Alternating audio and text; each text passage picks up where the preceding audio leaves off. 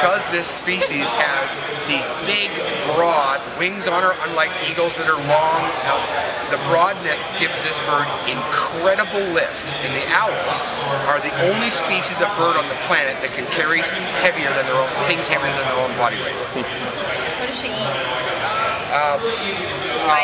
Rodents. Well, I'll say rodents. Okay. There are no kids around?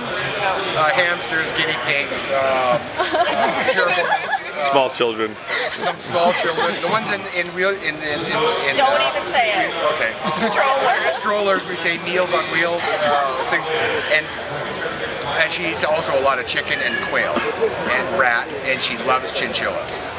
We have a breeder that produces chinchillas in southern Ontario, and after they've skinned them, they send the carcasses to us frozen, and she likes chinchillas.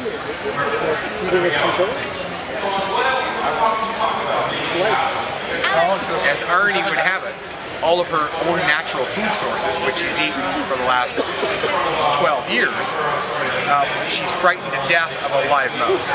Scares her to no end. But think about it, she was human imprinted, raised and fed by humans.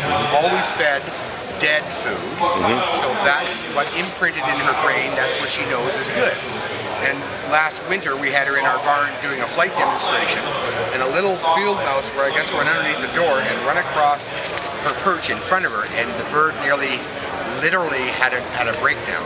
She baited, she went over to the wall, she shook and she quivered, and people thought that was hilarious because of, not so much because of her distress, but because of the situation, and they didn't understand.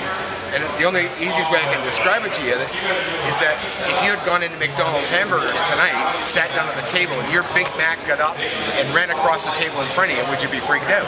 Absolutely, because it's supposed to be like dead, chopped up, and cooked. That's the way your McDonald's hamburgers appears. Anything different than that, you'd be freaked, especially if you walked around.